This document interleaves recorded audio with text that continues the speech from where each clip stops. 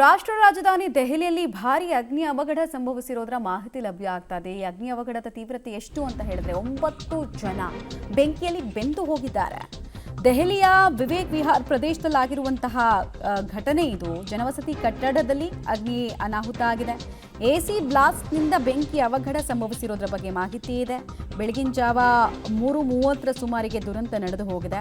Almost multi floor ಕಟ್ಟಡ ಇದು, ಅಂದರೆ 4 ಅಂತಸ್ತಿನ ಕಟ್ಟಡ.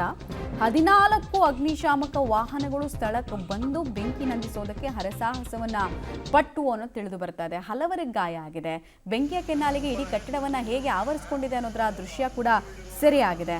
ಸಾಮಾನ್ಯವಾಗಿ ಎಸಿ ಬ್ಲಾಸ್ಟ್ ಏನಕ್ಕಾಗುತ್ತೆ ಅಂತ ಹೇಳಿದ್ರೆ, ಒಂದು ಎಸಿ ಫಿಲ್ಟರ್ಸ್ ಅನ್ನ ಕರೆಕ್ಟಾಗಿ ಮೇಂಟೈನ್ ಮಾಡಿರಲ್ಲ, ಒಂದು ರೀಸನು. ಎರಡನೇದು ಓವರ್ ಹೀಟಿಂಗು. ಈಗ ದೆಹಲಿನಲ್ಲಿ ವಿಪರೀತ ಟೆಂಪರೇಚರ್ ದಾಖಲಾಗ್ತಾ ಇದೆ. ಸೊ ಎಸಿ ಜಾಸ್ತಿ ಬಳಕೆ ಮಾಡಿದರೆ ಆ ಮೋಟಾರ್ಸಲ್ಲೂ ಕೂಡ ಓವರ್ ಹೀಟಿಂಗ್ ಆಗಿರುತ್ತೆ, ಅದು ಪ್ರಾಬಬಿಲಿಟಿ ಇರ್ಬೋದು. ಮೂರನೇದು ಶಾರ್ಟ್ ಸರ್ಕ್ಯೂಟ್, ಈ ಕಾರಣಕ್ಕೂ ಕೂಡ ಎಸಿ ಬ್ಲಾಸ್ಟ್ ಆಗಿರಬಹುದು. ಡೀಟೇಲ್ಸ್ ಕೊಡ್ತಾರೆ ಶಬೀರ್. ಸಾವಿನ ಸಂಖ್ಯೆ ಇನ್ನಷ್ಟು ಏರಿಕೆ ಆಗುವಂತಹ ಸಾಧ್ಯತೆ ಎಷ್ಟು? ಬೆಂಕಿ ಕಂಪ್ಲೀಟ್ ಆಗಿ ತಹಬದಿಗೆ ಬರೋದಕ್ಕೆ ಎಷ್ಟು ಟೈಮ್ ಬೇಕಾಯಿತು?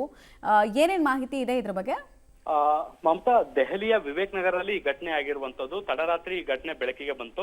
ಅದಾದ ಬಳಿಕ ಮೊದಲಿಗೆ 8-10 ವಾಹನಗಳು, ಅಂದ್ರೆ ಅಗ್ನಿಶಾಮಕ ವಾಹನಗಳು ಬಂದು ಬೆಂಕಿ ನಂದಿಸುವಂತ ಕೆಲಸವನ್ನ ಮಾಡಿತ್ತು. ಅದಾದ ಬಳಿಕ ಹೆಚ್ಚುವರಿಯಾಗಿ ಮತ್ತೆ 6 ವಾಹನಗಳನ್ನ ತರಿಸ್ಕೊಳ್ಳಾಯ್ತು. ಈಗ ಸದ್ಯಕ್ಕೆ ಬೆಂಕಿಯನ್ನ ತಹಬದಿಗೆ ತರುವಂತ ಕೆಲಸಗಳಾಗಿದ್ದಾವೆ. ಮತ್ತೆ ಮೃತದೇಹಗಳನ್ನ ಹೊರತೆಗೆಯುವಂತ ಕೆಲಸಗಳು ಕೂಡ ಈಗ ಬಹುತೇಕ ಆಗಿರುವಂತದ್ದು. ಎಸಿ ಬ್ಲಾಸ್ಟ್ಗೆ ಓವರ್ ಹೀಟ್ ಕಾರಣ ಅನ್ನುವಂಥದ್ದು ಕೂಡ ಗೊತ್ತಾಗ್ತಾ ಇರುವಂತದ್ದು. ದೆಹಲಿಯಲ್ಲಿ ಈಗಾಗಲೇ 45ರಿಂದ 46 ಡಿಗ್ರಿ ಟೆಂಪರೇಚರ್ ಅಷ್ಟು ತಾಪಮಾನ ಇರುವಂತದ್ದು. ಇದರಿಂದಾಗಿ ಎಸಿ ಓವರ್ ಹೀಟ್ ಆಗಿ ಅದರೊಳಗಿನ ಗ್ಯಾಸ್ ಲೀಕ್ ಆಗಿ ಬ್ಲಾಸ್ಟ್ ಆದಂತ ಸಾಧ್ಯತೆ ಇದೆ ಅಂತ ಮೇಲ್ನೋಟಕ್ಕೆ ಹೇಳಲಾಗ್ತಾ ಇದೆ.